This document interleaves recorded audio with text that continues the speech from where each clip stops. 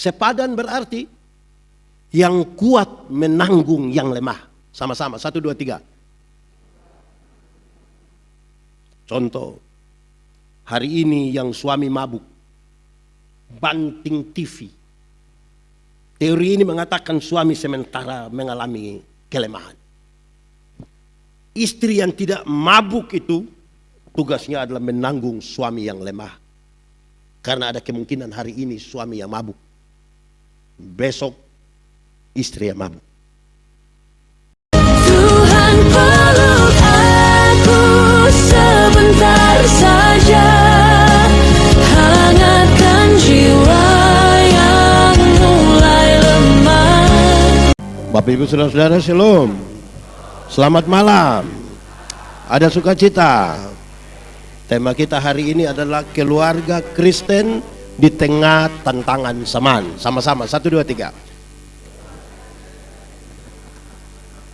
Saya pakai data 4 tahun lalu. Januari 2022, jumlah penduduk Indonesia itu kira-kira 275 juta.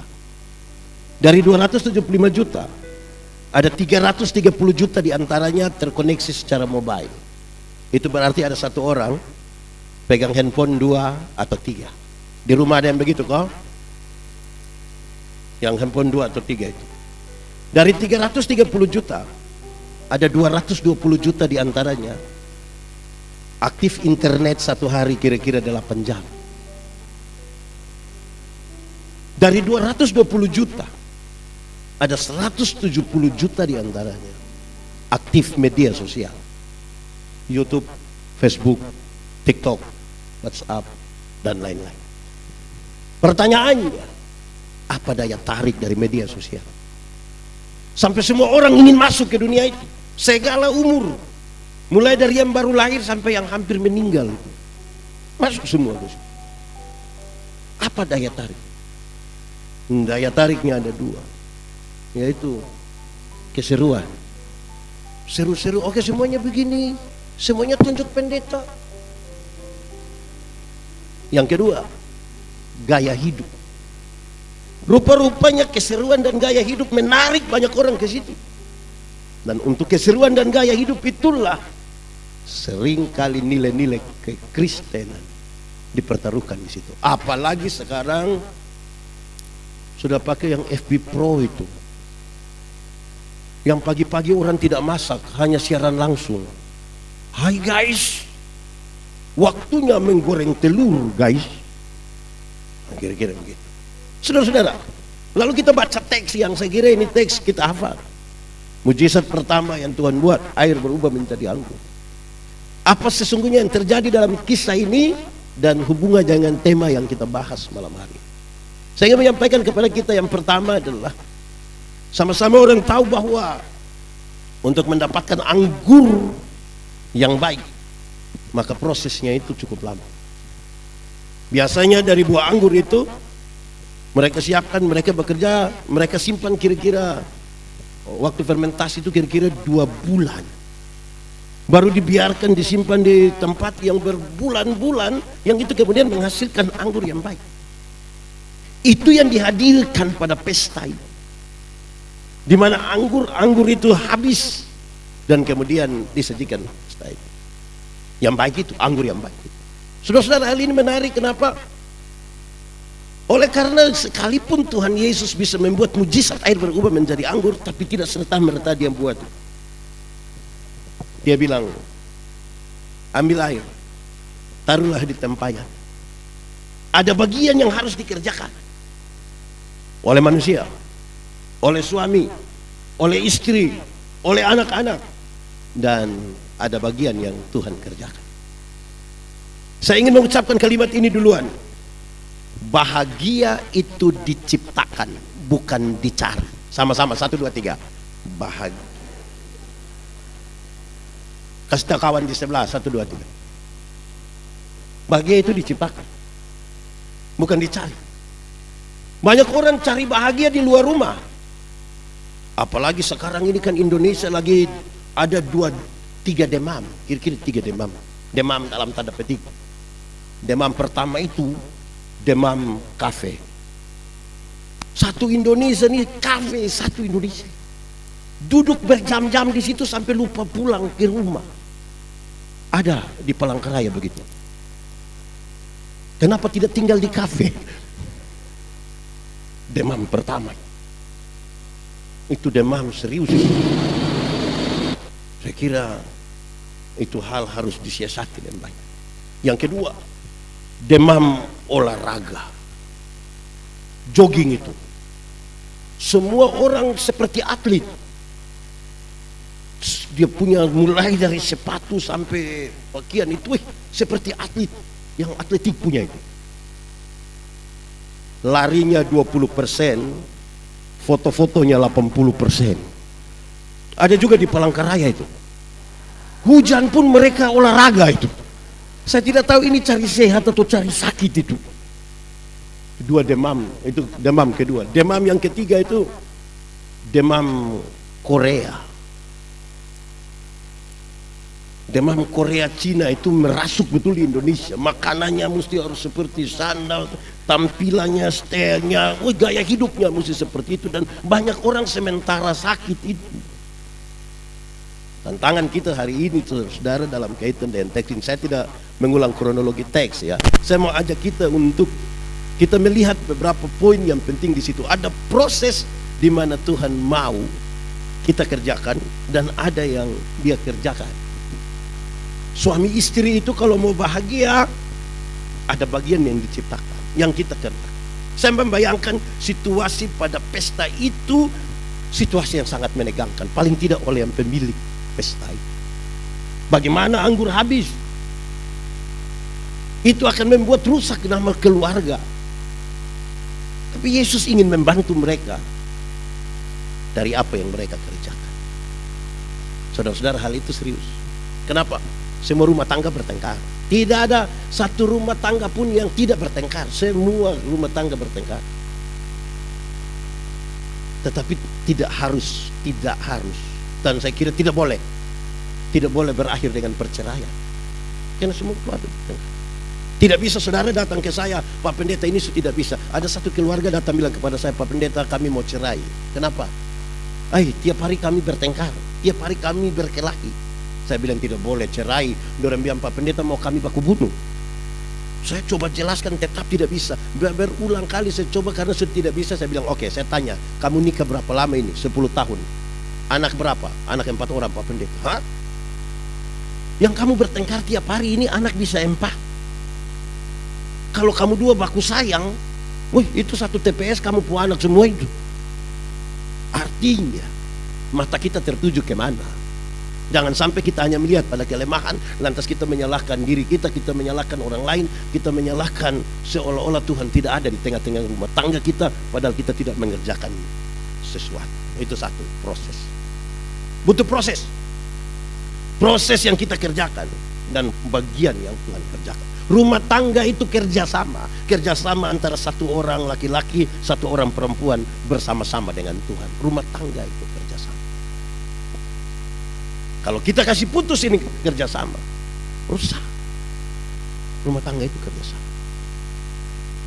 Dunia kita saat ini dikaitkan dengan ini tadi data itu. Ternyata banyak orang tidak mau berproses lagi. Dulu kan bikin apa-apa itu proses. Anak-anak sekolah proses, menghafal. Kami ingat betul-betul waktu sekolah dulu tuh harus hafal perkalian, penjumlahan, segala macam hafal. Sekarang tidak usah, semua tinggal diklik. Menang. Orang mulai proses makin menurun. Satu.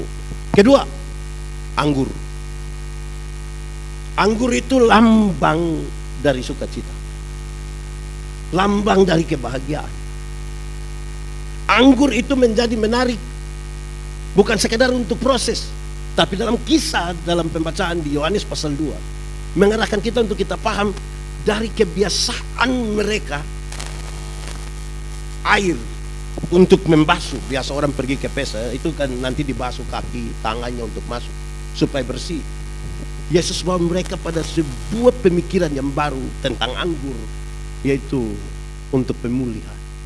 Yang pada akhirnya anggur digambarkan sebagai darah Yesus yang menyembuhkan. Pengampunan. Apa pentingnya bagi keluarga Kristen hari ini? Gampang. Rumah tangga tanpa pengampunan itu rumah tangga yang rumit. Pengampunan itu begitu penting. Saudara tahu, kita mengasihi istri, istri mengasihi suami, orang tua mengasihi anak-anak, anak-anak mengasihi orang tua. Tapi kenapa bukan kasih kita yang menjadi dasar dari rumah tangga Kristen? Kenapa? Alkitab mencatat dasar dari rumah tangga Kristen adalah kasih Kristus. Karena kasih Kristus punya 3 aspek yang menarik. 1, kasih Kristus itu menerima.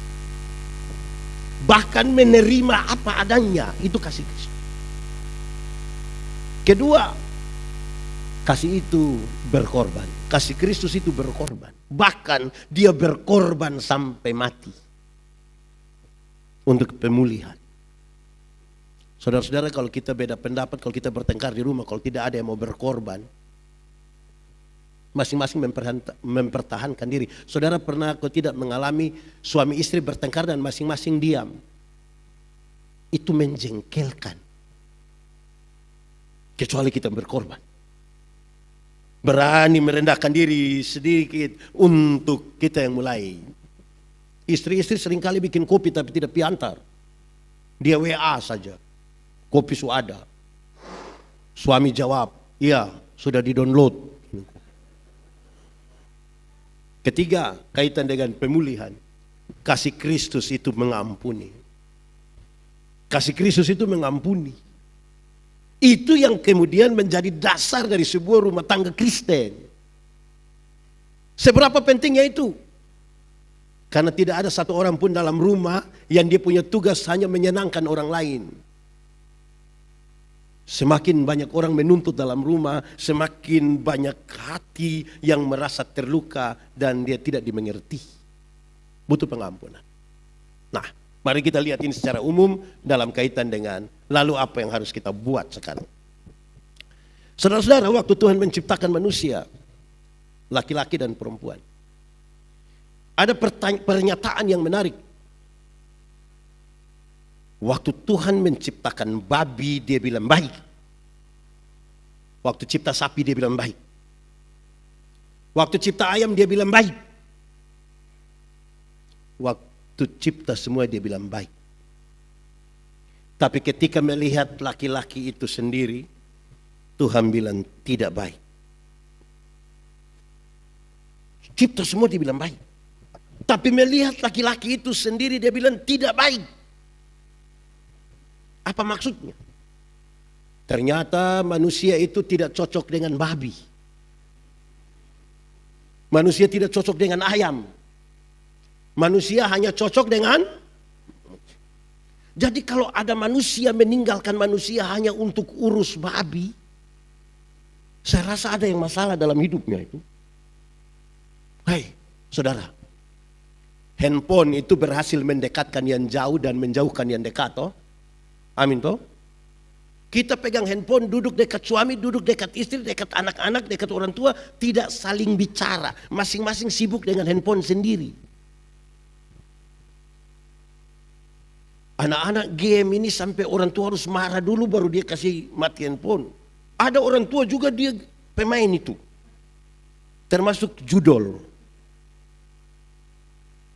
Saudara bisa bayangkan. Repot itu. Manusia tidak cocok dengan itu. Manusia hanya cocok dengan manusia. Lantas kalimat lanjutnya yang begini. Aku akan menjadikan bagimu seorang penolong yang sepadan. Sepadan dalam Alkitab itu punya 3 pengertian. Dan saya kira ini tantangan zaman kita. Sepadan dalam Alkitab itu satu laki-laki yang satu perempuan, itu namanya sepadan. Melihat laki-laki itu sendiri, Tuhan menciptakan seorang perempuan sebagai penolong yang sepadan. Kenapa pendeta Yandi menegaskan ini? Sekarang di dunia yang maju ini,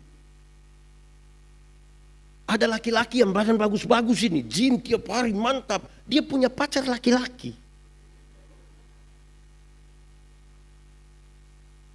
Dan mereka berani pertontonkan itu di hadapan umum. Ada orang tua mendukung lagi. Seolah-olah belum tren itu kalau tidak ikut itu. Sebagai hamba Tuhan saya harus bilang pada saudara malam hari ini, salah itu. Yang sepadan itu satu laki-laki, satu. Kalau lihat dia mulai miring-miring itu kasih lurus dia. Bukan support tambah dia beli kasih dia lipstick lagi dia jalan makin. Oh jangan. Sepadan itu satu laki-laki, satu. Itu sepadan. Ada perempuan yang dia punya pacar perempuan. Saya bilang ke mereka, beberapa teman itu saya bilang ke orang, kamu ini aneh. Masa yang laki-laki original ada, yang perempuan original ada, kamu cari yang KW-KW. Zaman macam apa ini? Kedua, sepadan dalam Alkitab itu berarti dua-dua harus percaya kepada Tuhan. Dua-dua percaya pada Tuhan. Kan kita mau melibatkan Tuhan dalam kerjasama. Bagaimana yang satu percaya Tuhan, yang satu tidak percaya Tuhan? Bagaimana istri rajin gereja, suami malas gereja? Bagaimana suami rajin gereja, istri malas gereja? Saya kira saya harus berani untuk mengatakan kepada kita bahwa kalau saudara menikah harus satu agama. Karena hari-hari ini suka-suka kita saja. Kenal di media sosial tidak tahu itu orang menyembah apa. Yang penting dia kirim foto bagus jadi. Nanti lihat di asli baru aduh kita sedih. Jadi kasih kita pu anak-anak dong ini.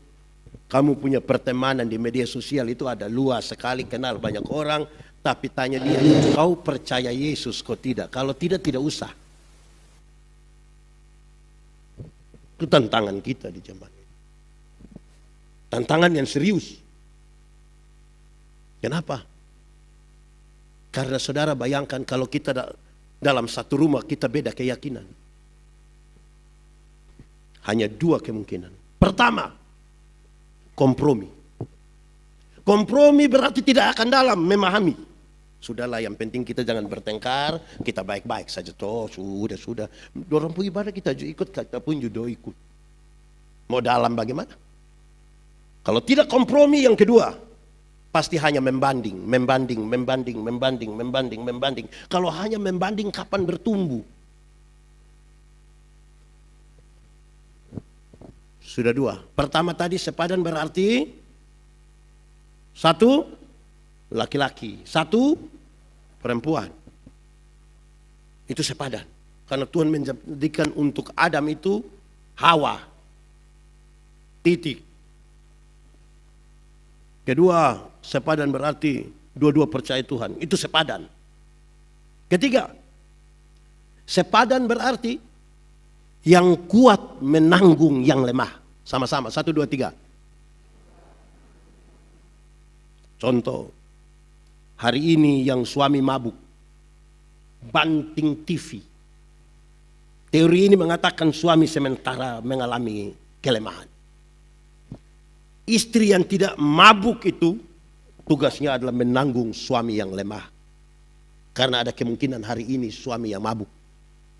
Besok istri yang mabuk. Jangan lihat suami mabuk, istri bilang, kau kira kau sendiri bisa? Maka itu rumah tangga mabuk itu. Yang kuat menanggung yang lemah. Amin kok? Saudara lihat dalam kisah tadi itu, keluarga ini lemah. Sudah susah ini. Tapi Tuhan datang menolong mereka dalam proses itu. Saudara-saudara, rumah tangga itu seberapa pentingnya? Rumah tangga itu sangat penting. Kenapa? Hanya dalam rumah tangga itu digambarkan relasi Tuhan dan manusia. Bangsa Israel suka mengidentifikasi begini.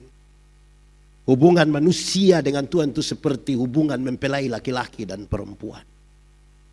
Gambaran itu menarik. Tuhan mempelai laki-laki dan perempuan, dan Israel mempelai perempuan. Kalau kita baca Kidung Agung dia bilang begini, siapakah yang muncul di padang gurun yang bersandar pada kekasihnya? Kidung Agung pasal 8 ayat 5 sampai 7. padang gurun. Di padang gurun panas. Padang gurun itu kadang-kadang badai. Ular kobra ada, kalajengking ada, kering. Tapi seperti seorang mempelai perempuan menaruh kepala pada pundak kekasihnya. Yang belum nikah tidak usah renungkan. Saudara tidak akan menemukan apa-apa.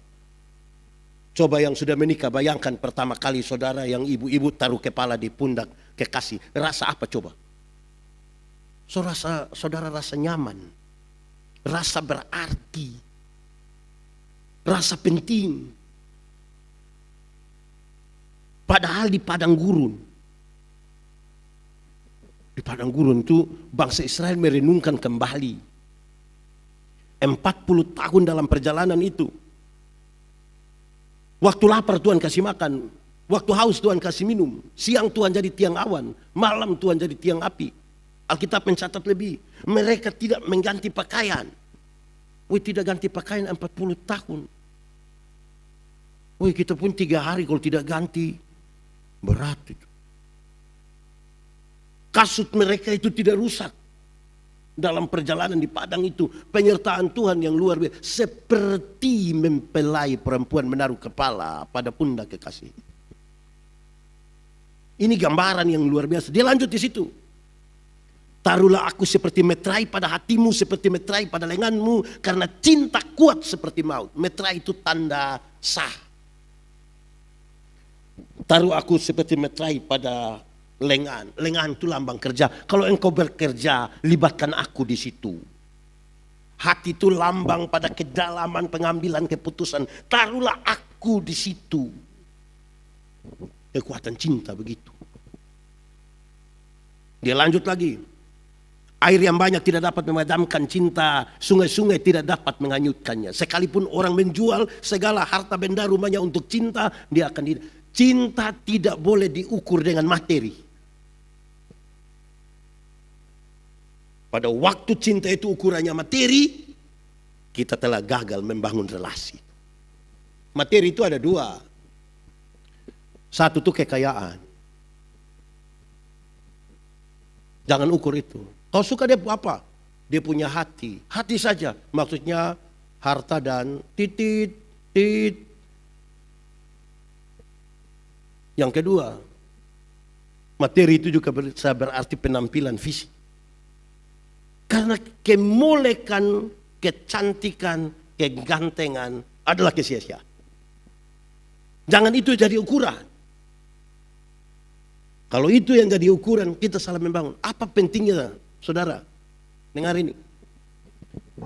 Karena relasi digambarkan sebagai relasi antara Tuhan dan manusia, maka teori ini dapat. Seorang laki-laki, seorang suami yang dekat dengan Tuhan, dia pasti akan mengasihi istrinya. Orang tua yang dekat dengan Tuhan mengasihi anak-anaknya, anak-anak yang dekat dengan Tuhan mengasihi orang tua. Dan tantangan zaman kita sekarang ada di situ. Kehadiran Tuhan di tengah-tengah mereka memulai sebuah keluarga. Saudara, baru minggu lalu kami bercerita tentang pastoral pranikah. Saya berkomentar, saya tidak terlalu urus dengan pastoral pranikah. Kenapa? Biasanya kalau orang baru mau menikah itu semua aman. Orang kalau lagi jatuh cinta itu sulit dinasehati. Kita mau omong bagaimanapun tidak bisa dia terlalu jatuh cinta. Yang repot itu adalah pasca pernikahan. Setelah menikah. Di anak-anak muda saya bilang, anak muda ingat bulan madu itu hanya 1 bulan. Masuk bulan kedua itu dia punya madu sudah habis. Itu tinggal lebah saja. Duri. Setelah menikah baru saudara tahu ternyata dia tidak bisa melahirkan. Setelah menikah baru saudara tahu ternyata suami ini tidak mampu memberi keturunan. Setelah menikah baru saudara tahu ternyata istri mengidap penyakit kronis. Setelah menikah baru saudara tahu ini. Itu pergumulan zaman ini. Yang beberapa orang dengan gampang ingin mengatakan kalau begitu kita cerai saja. Apalagi kalau ini mertua, orang juga kadang-kadang mertua. saya ingat sekali. Saya nikah tahun 2009. Mereka menyiapkan untuk saya dan istri itu 2 kamar pengantin. 1 di rumah istri, 1 di Sapung Kakap rumah. Saya pikir-pikir ini saya mau tidur di mana ini. Malam setelah, karena kami di kampung ini kan suka berpesta. Woi, senang-senang. Saya panggil istri. Kami 2 tarik sofa. Saya tidur kepala di bagian barat, istri kepala di bagian timur. Kami 2 tidur sampai pagi. Mertua bangun lihat. Hah? Kamu 2 kenapa tidur di sini?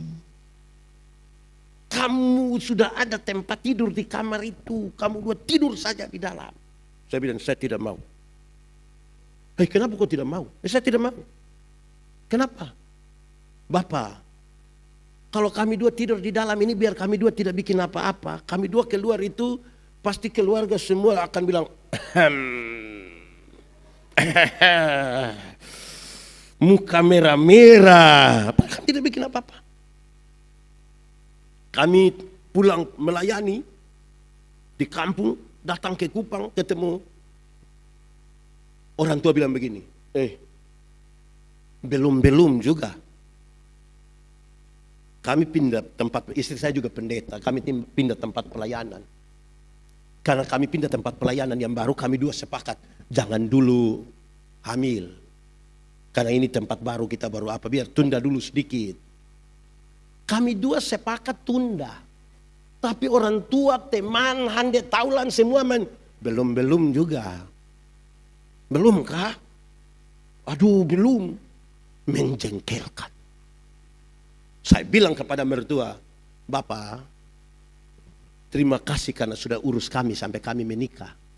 Tapi untuk kami ada anak berapa, Bapak tidak usah urus lagi. Biar itu urusan kami sudah.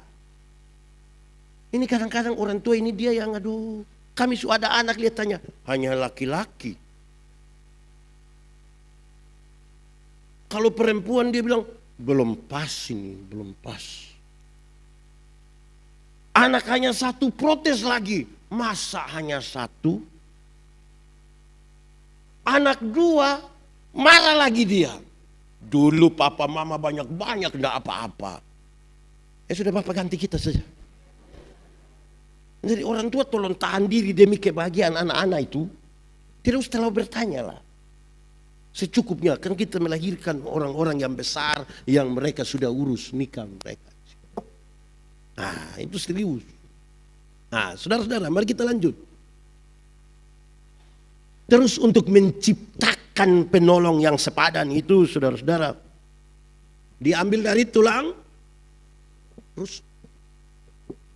Tulang rusuk itu, ini dokter lebih tahu. Saya bicara hal yang paling kecil yang dokter sudah tahu duluan. Tulang rusuk itu tulang berpasang-pasangan. Ada 12 pasang. Dengan fungsi tulang rusuk adalah menjaga jantung, hati, paru-paru. Saudara bayangkan kalau hati, jantung, paru-paru terganggu, tidak melekat di tulang rusuk. Dia ada di usus 12 jari. Jadi tulang ini menjaga kehidupan. Diambil dari tulang yang menjaga sebuah kehidupan. Sehingga tulang rusuk itu harus memaksimalkan fungsi sebagai penjaga kehidupan. Serius itu. Kalau kita tidak mampu menjaga kehidupan, itu masalahnya. Kenapa?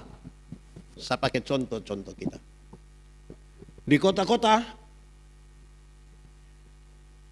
sudah ada 3 hal yang berbeda dengan masa lampau. Sudah ada Sudah ada itu berarti belum semua, tapi sudah ada. 1. Sekarang kalau kita mau ketemu orang di rumah itu susah. Ada orang mau janji ketemu dengan saya itu sudah sangat susah ketemu di rumah. Ketemunya tuh di mall, apalagi mall baru sudah ada. Sudah kita janjian ketemu. Tempat perjumpaan kita sudah bukan lagi di rumah.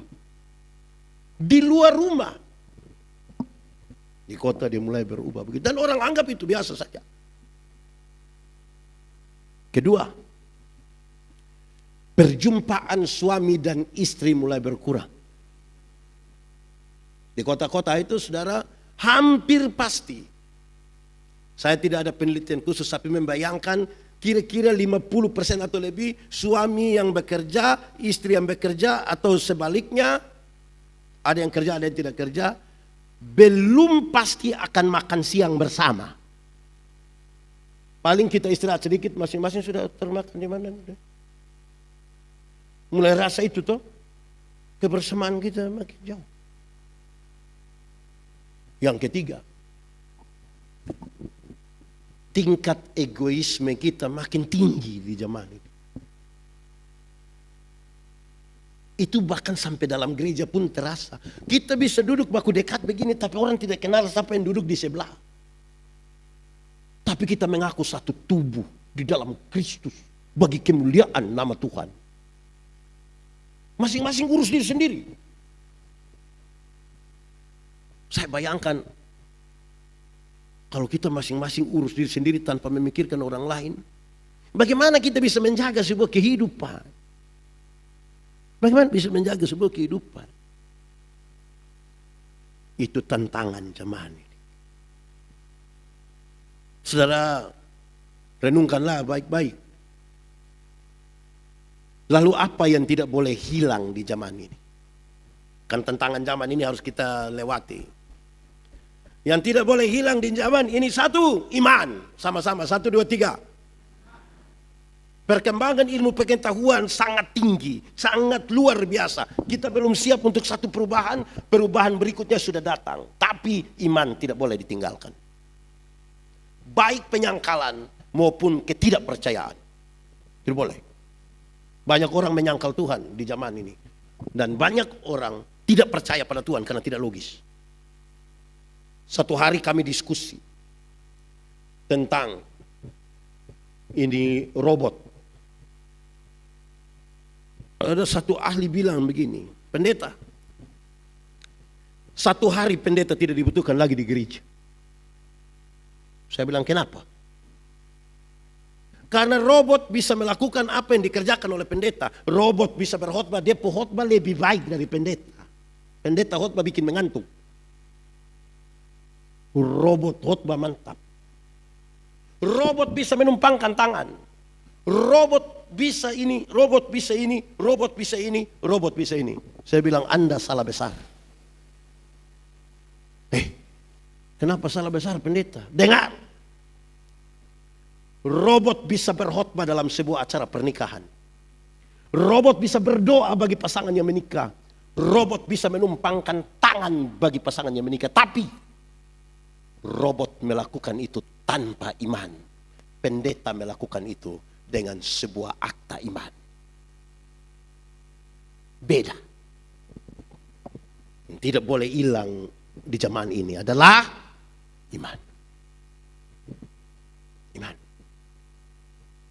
Karena itu jangan semua hanya bertanya pada AI itu.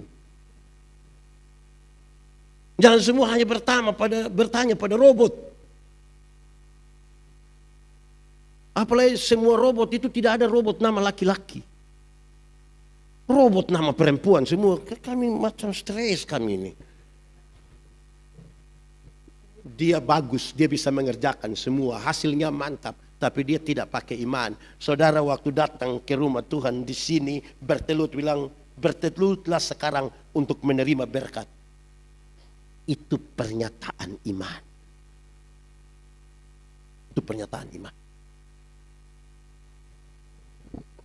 Jadi jangan sampai kita menikah tapi tanpa iman. Jangan sampai kita pegang handphone semua jadi sudah tidak beriman lagi. Sekarang ini saya bayangkan ini.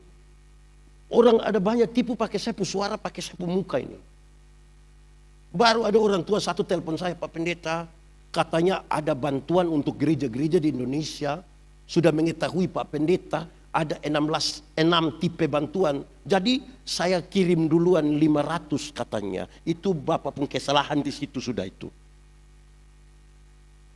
Masa mau bantu kita 500 juta bisa kita kirim duluan 500. Manusia macam apa ini? Tapi suaranya seperti Pak Yan. Seperti itu bukan berarti sama. Jadi tolong tetap pakai iman. Dunia sudah maju tapi tolong iman.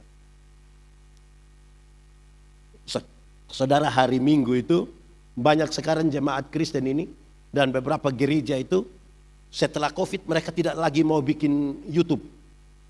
Kenapa tidak mau?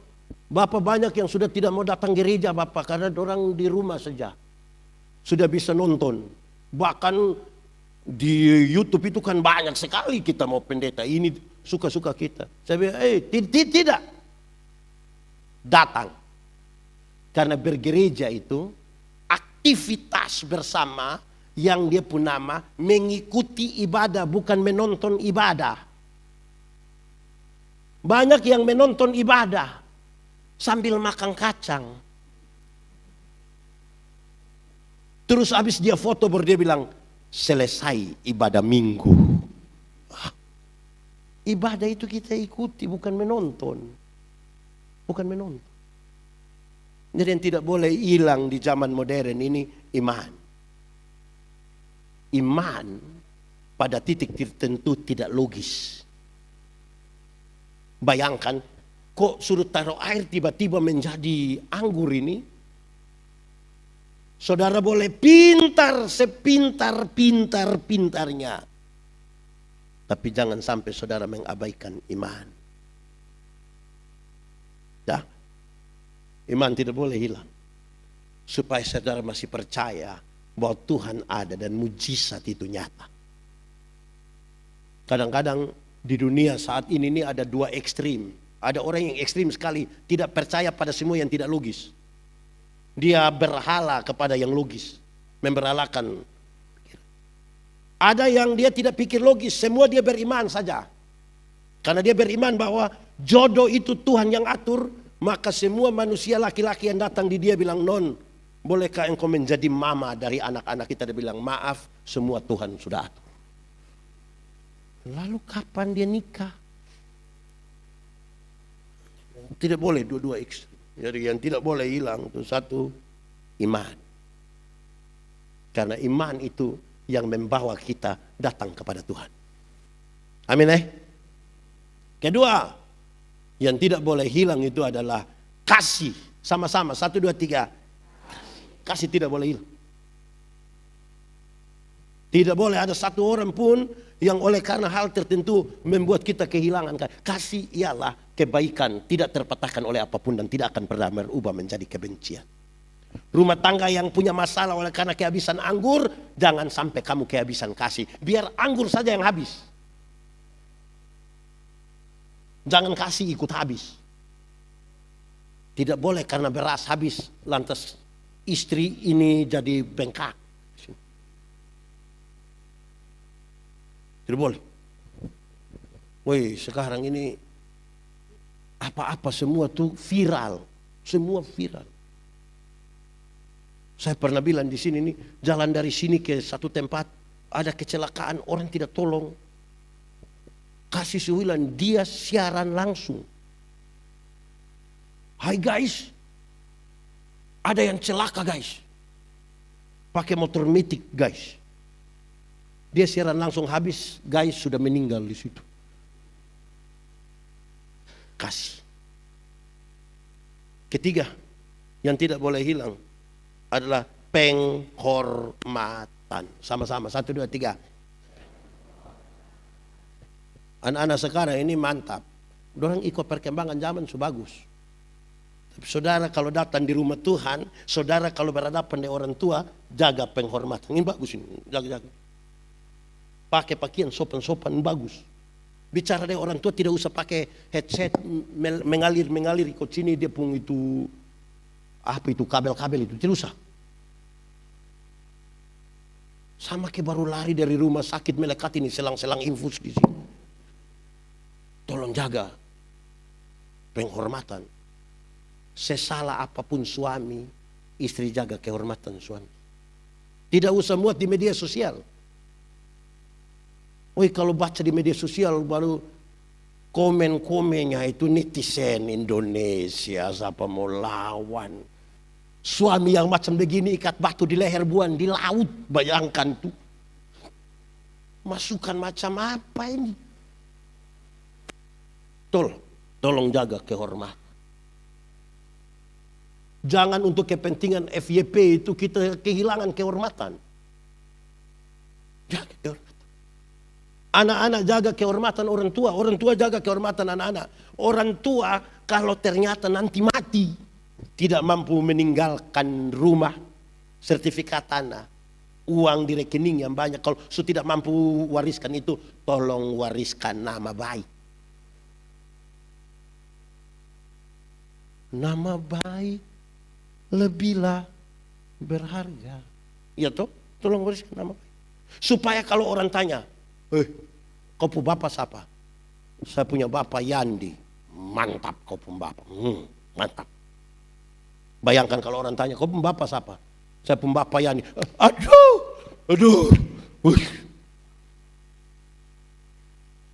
Jadi anak-anak jangan bikin malu orang tua. Orang tua jangan bikin malu anak-anak. Kalau sudah tua, tua baik-baik saja. Supaya kita tetap jaga itu kehormatan. Dalam ibadah, kita datang, jaga kehormatan. Bagus ini, anak ini bagus ini. Pakai pakaian, kita seragam hitam semua ini. Bagus. Bagus. Saya punya video, satu saudara tahu ketika saya tanya, ibu-ibu, nona-nona, boleh pakai pakaian mini-mini datang di gereja kok tidak? Dia bilang, boleh. Saya bilang, kenapa boleh? Karena Tuhan melihat hati, bukan melihat pakaian. Saya bilang, iya, itu Tuhan. Dia lihat hati, bukan lihat pakaian. Tapi saya yang pendeta ini, saya lihat pakaian, bukan lihat hati. Kalau saudara duduk begitu di sini, kita di muka ini pusing. Semua tetap jaga kehormatan toh. Amin. Jangan saudara bayangkan di media. Saudara, saya yakin di sini ini pasti semua punya media sosial. Mungkin kalau yang tidak punya itu mungkin tinggal 2 orang saja. Semua ada. Di media sosial itu banyak sekali rupa. Ya, tolong. Mode pakaian banyak segala macam. Tetap jaga kehormatan. Penghormatan, kehormatan. Jaga. Kan itu tantangan zaman kita. Tantangan zaman kita. Saya bicara dengan Pak Marco tadi, kita ada di satu gereja yang mantap ini, sudah bagus-bagus ini semua. Tapi kita tetap jaga marwah bergereja kita. Marwah bergereja itu apa? Kalau bilang menyembah Tuhan dalam roh dan kebenaran, roh itu lawannya kedagingan. Kita tidak bisa datang menyembah Tuhan dalam kedagingan. Yang kedua, kebenaran itu lawannya kemunafikan. Jangan datang menyembah Tuhan dalam kemunafikan. Kenapa?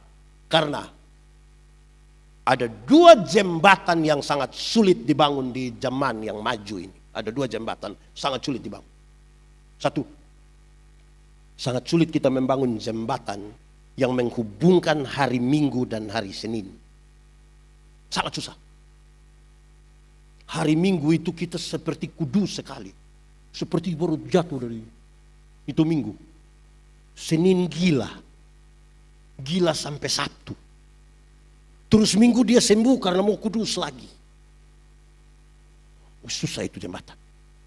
Senin dia bilang, Minggu dia bilang haleluya. Haleluya. Semua beri kemuliaan bagi nama Tuhan. Itu Minggu. Senin halilintar.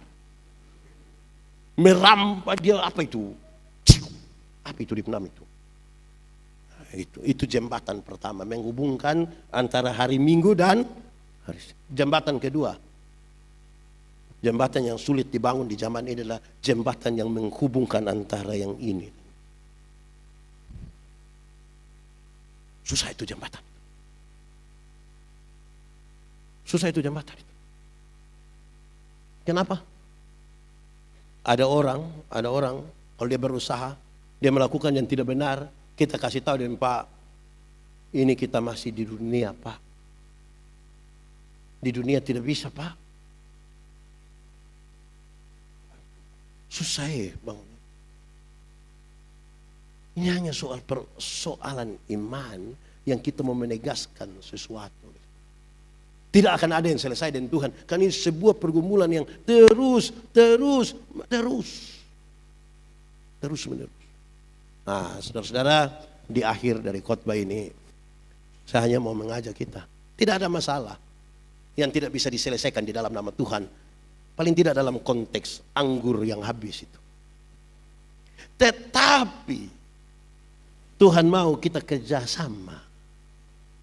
Mari kita bekerja sama, jangan kita berdiam diri bagi keluarga kita. Kenapa? Saudara lihat, kita bisa punya alasan. Ini persoalan, ini saya tidak tahu saudara akan anggap persoalan atau tidak, tapi mari kita berpikirlah. Saya ingin pakai ini catatan untuk kita renungkan. Hari ini banyak orang tua lagi sedih karena mereka sementara menurun, anak-anak sementara menanjak. Mereka sementara fokus pada mengakhiri hidup, anak-anak sementara fokus pada karier dan usaha. Pertentangan ada di mana-mana dan beberapa anak sepakat titip orang tua di panti jompo. Saya sering ke panti jompo. Saya tanya, orang tua, yo, ada anak kok tidak? Ada. Doran di mana? Separuh dengan menangis bilang begini, Sumati.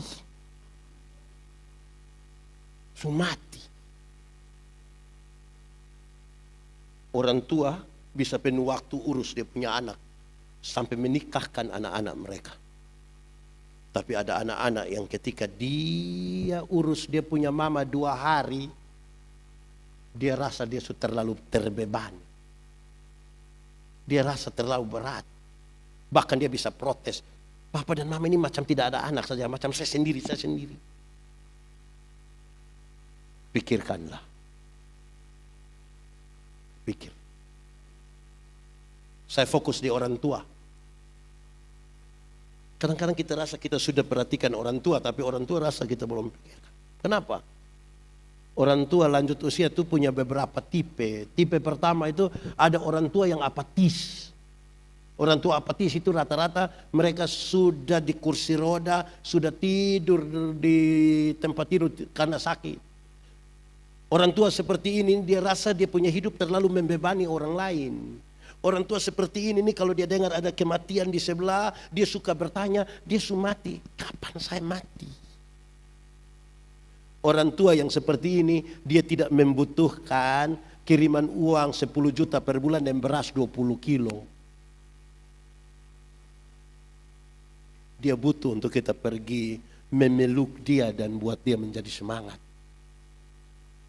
Kedua, ada tipe orang tua yang memoris sekali.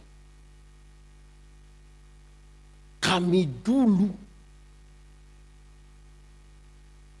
Kita pergi dia ulang lagi. Kami dulu. Waktu tahun 1970. Kita pergi Selasa dia ulang lagi. Waktu tahun 1970. Kita pergi Rabu kita kasih tahu istri, mah saya pergi lihat papa. Istri BMP 1970 ada tunggu itu. Dia tidak butuh kiriman uang 10 juta dengan beras itu. Dia butuh diberi kepercayaan. Kadang-kadang orang tua yang seperti itu dia butuh didengarkan saja. Dia butuh didengarkan. Dia ulang-ulang. Pada saat kita sudah tidak mau dengar dia, kita lebih suka nonton itu drama Cina yang bilang CEO. Dewa naga menyamar jadi penjual sate. Saudara juga tahu itu CEO itu yang pura-pura mati itu. 3, ada tipe orang tua yang tergantung. Tipe orang tua yang tergantung, dia tidak suka tinggal sendiri. Dia mau ada banyak orang tinggal dengan dia. pada saat 80% orang tua ingin supaya tinggal sama-sama dengan anak-anak, 80% anak-anak yang sudah menikah tidak mau tinggal dengan orang tua. Dia tidak, kalau kita bilang papa bicara satu hal, dia bilang tidak, saya punya anak laki-laki, datang dulu baru saya bicara. Kita sudah datang Senin, Selasa datang, Rabu datang, Kamis tidak datang, Jumat pas kita datang, papa lihat kita, dia bilang, kamu ini tidak pernah datang lihat saya. Menjengkelkan. Dia tidak butuh itu kiriman 10 juta itu. Dia butuh apa? Dia butuh kebersamaan. Ada tipe yang keempat. Ada orang tua yang dia kira dia kuat. Kita bilang, papa nanti jaga ini cucu ya di sekolah. Saya izin cepat-cepat dari kantor. Saya datang jemput. Jangan kemana-mana ya. Izin setengah mati di kepala dinas, lari kita susah, pas sampai security bilang barusan mereka keluar. Menjengkelkan itu. Dia tidak butuh apa-apa, yang dia butuh satu, berikan kepercayaan. Nah kalau kita tidak paham yang begitu-begitu tuh, kita rasa kita sudah perhatikan, tapi orang tua rasa kok dia. Kalau kita tidak sampai tuntas dengan ini, saudara tahu, banyak istri itu akan paksa kami suami. Pilih kau pu mama atau pilih saya. Mau pilih bagaimana? Suka saya mau pilih bagaimana? Mau pilih dia atau pilih, sedih juga ini. Nah itu tantangan kita toh, para CEO. Tantangan kita, para dewa perang ini. Tolong, mari kita semua lihat baik-baik kok, pulang nah hidup baik-baik, urus segala usia itu dengan baik. Tuhan hadir di komunitas paling kecil untuk menolong mereka. Dalam pernikahan itu suka pendeta menyebutkan, Tuhan mau ada di tengah-tengah keluarga dan mau menolong setiap keluarga. Ingat, semua punya masalah. Tapi tidak ada masalah yang tidak terselesaikan di dalam nama Tuhan. Saya akhiri dengan 2 kisah. 1. Ada satu ibu tanya kepada teman-teman, adakah ramuan untuk buat rumah tangga tidak bertengkar? Teman-teman bilang, di dekat hutan itu ada satu guru bijaksana. Pergi dan tanya, guru, ada ramuan supaya satu rumah tangga tidak bertengkar? Guru bijaksana bilang, ada. Tapi ramuan ini agak susah didapat. Kecuali kalau ibu bisa cari. Apa itu? Ini ramuan terdiri dari 3 helai kumis harimau. Ibu bisa dapat. Untuk keluarga, bagaimana saya tidak usaha. Dia pergi ke hutan bawa daging. Harimau datang dari sana, dia taruh daging situ, dia lari. Tapi tiap hari dia makin dekat, tiap hari dia makin dekat, tiap hari dia makin dekat. Sampai satu hari, harimau itu ambil daging di ibu punya tangan. Waktu harimau ambil, ini ibu bilang begini, harimau, boleh saya ambil kumis 3? Dia kasih ini ibu ambil kumis 3, ibu ini lari ke guru yang bijaksana. Guru, saya sudah dapat 3 helai kumis harimau. Betul? Iya, coba kau cerita. Dia cerita bagaimana susahnya dia dapat kumis harimau. Setelah dicerita, guru bijaksana, coba kau kasih. Setelah kasih, guru ini dia kucak-kucak begini, dia buang di dalam api. Marah ini ibu. Guru bagaimana? Saya susah dapat, bagaimana yang kau buang? Tidak hargai saya punya pekerjaan. Lantas guru bijaksana bilang, ibu, saya heran dengan ibu ini, saya heran dengan ibu. Heran bagaimana? Harimau yang begitu jahat saja, ibu bisa pelan-pelan cabut dia kumis 3. Sementara untuk mau cari tahu suami punya baik ini, ibu datang tanya dari saya. Lebih baik ibu kawin dengan harimau.